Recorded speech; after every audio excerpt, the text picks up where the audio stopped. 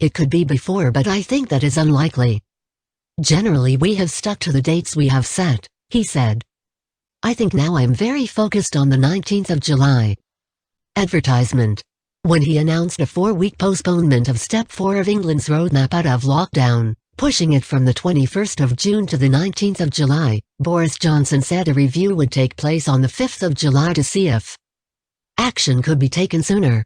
Mr. Kwarteng's comments come after a vaccines expert told Sky News that the UK could open up sooner rather than later thanks to the huge numbers of people being vaccinated.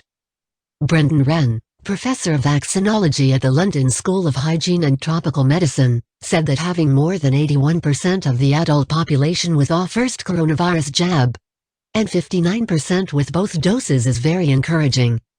Asked whether the success of the vaccine program means England will not need to wait until the 19th of July to fully open up, he said, "We'd still need to be vigilant, but vigilance and vaccination are the two words.